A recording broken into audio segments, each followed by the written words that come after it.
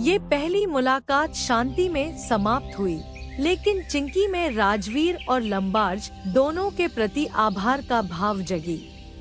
कुछ समय बाद जंगल में एक भयावह आग लग गई। आग इतनी तेज थी कि पेड़, झाड़ियाँ और घास सब कुछ जलने लगा। जानवर भौचक्के हो गए और भागने की तैयारी करने लगे। राजवीर गुफा से बाहर निकला, गर्जन करता हुआ, लेकिन आग तेज थी। लंबार्ज चुपचाप पेड़ों के बीच से भाग निकला और चिंकी छोटी छोटी तेज चालों से आग से बचते हुए शेर की तरफ आई। उसने देखा कि राजवीर घबराया हुआ है और लौ से उसे चोट लगी है। चिंकी ने तत्काल कुछ सोचा। उसने छोटे छोटे कांटों वाले पत्ते और मिट्टी के टुकड़े इकट्ठे किए और जलते हुए हिस्से को बुझाने की कोशिश की। लंबार्ज भी पीछे पीछे आया। अपनी पूंछ से जलते हुए झाड़ियों को थपथपाकर आग पर काबू पाने लगा। राजवीर अपनी ताकत से गिरा हुआ पेड़ हटाने लगा।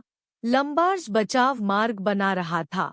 आखिरकार कई घंटों की कड़ी मेहनत के बाद जंगल की आग पर काबू पाया गया। खतरे के बाद जब जंगल सुरक्षित हुआ तो तीनों जानवर गुफा की ओर लौट आए। राजवीर निवस्त्र हो गया था, लेकिन उसकी आंखों में उस दिन की साझेदारी के लिए नया आदर और अपनापन झलकता था। उसने लंबार्ज से कहा, तेरी योजना और मेहनत बड़े काम आई। चिंकी से कहा, तुम्हारे छोटे पर साहसिक कदम ने हमारी जान बचाई। लंबार्ज ने वह पल याद करते हुए मुस्कुराया और बोला, हमने कहानी की शुरुआत में भी कोशिश की थी कि ताजे दोस्त बने, लेकिन आज हम एक साथ परिवार बन गए। चिंकी ने शर्माते हुए कहा, मैं बहुत शर्मिंदगी महसूस कर रही हूँ, लेकिन आज आप दोनों के साथ राजा जैसा सम्मान पाकर बहुत कुछ सीखा।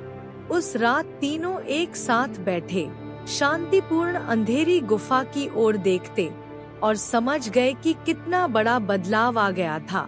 राजा, चालाकी और साहस अब एक सूत्र में बंध गए थे। अगले कुछ हफ्तों में जंगल में एक अनोखा परिवेश बन गया। राजवीर, लंबार्ज और चिंकी तीनों साथ चलते, जंगल की गहराइयों को तलाशते। राजवीर जंगल में अन्य जानवरों को यही संदेश देता, शक्ति अकेले कुछ नहीं होती, उसमें दिमाग और साहस भी जरूरी है। लंबार्ज रणनीति बनाता, रास्ते सुझाता और चिंकी छोटे छोटे माशियों को हिदायत देती कि कैसे खतरे से टला जा सकता है।